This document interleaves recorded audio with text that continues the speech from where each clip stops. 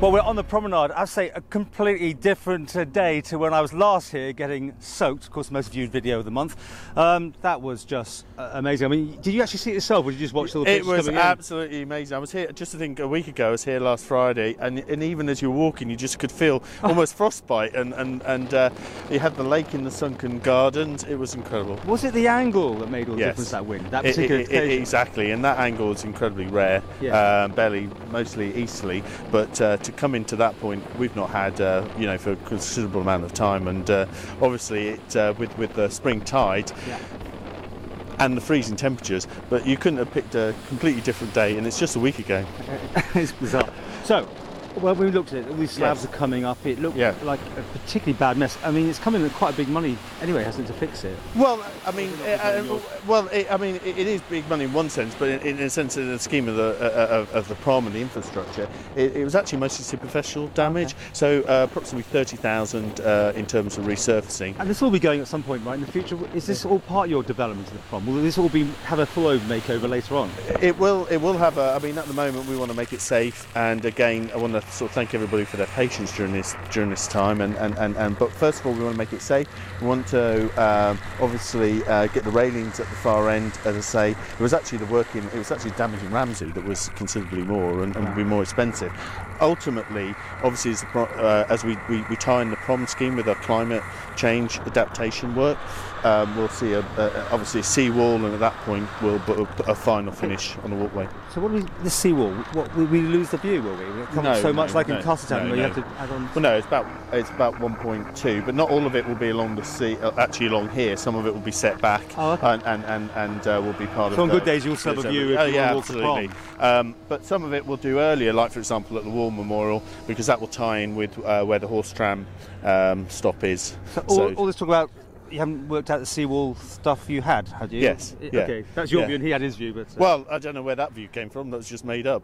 This has been going years even before my time, in terms of climate change, and also in terms of getting the budget. There's already budget set aside for overtopping, and to make sure Douglas is quite special. I mean, as I say, we're quite in a special place, because here we've got obviously the prom coming to fruition. We've got the seawall just across the way is the North Quay and all of the work there, so it's going to be quite something. It's turned into Cone City. The whole promenade is suddenly cones everywhere. You're doing a lot of work on the horse tram. I was just having a look on the way in. I mean, a lot of horse tram bits are being looked at. Is that they're getting a new surface? Or yeah, well, that's to make it safe for this. And unfortunately, that's the problem with a infrastructure that's over 85 years old. Are you comfortable having horse trams in your portfolio? Yes.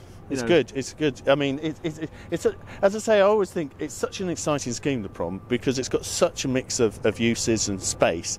I think it will, it will certainly. I think it will win awards. Actually, I'm going to be so. I mean, will I be here to see it done? I mean, you've definitely got a timescale there, haven't September now. We'll be putting tender documents hopefully in over the next 3 weeks, next 3-4 weeks. And the other thing's been the speed of it. I mean, it's over so many years. Will you be looking at that again, or? Yeah. So what we've done, the first put now is actually about the constraints that we'll be sharing that with members and across the board. But we want to minimise the constraints, because obviously, if you say, for example, you can't work the whole day, then you're going to make it slower. If you can't work during Christmas, you're going to make it slower. There's certain things that are sacrosanct, absolutely, like TT. The fun fair is sacrosanct in my view, and certainly Bushy's tent is sacrosanct. But other than that, you've got to flex as much as possible. Will they be messing up your brand new tarmac then? Well, every time the fair comes, I mean, you do see this sort of indentations. We do, and we've got to look at that for the long term. But when the walkway is finally done, after the seawall work, then that's got to be definitely looked at. It's going to be Party City, isn't it? Because we're going to have the brand new Hooded Ram venture there. Yeah. We've got down there will be what was Bushy's, and anybody else coming along? I mean, for the ride? Yeah, and well, as I say, I mean, a few years' time, I think it could actually be transformational. I mean, obviously, some people sort of say Douglas is going backwards. Actually, he's going to go very much forward, very, very quickly. As I say, with North Quay, with the prom, with other interests that I know of, and with the cruise terminal, we could really have quite something exciting. And that'll be our other interview that you'll find online, talking about this potential place for cruises. But you're a happy chappy, are you? I mean, you seem to have written this one out better than your predecessor in actually things happening. Was that just luck that you were in the right place, right time? Well, it's something I'm really passionate about. I mean, Ireland's a special place to live. Key to that is our infrastructure. If we get that right, we've got something really special that other things will build onto. Other events, hotels, and enterprises, because we've created the infrastructure environment for it to succeed.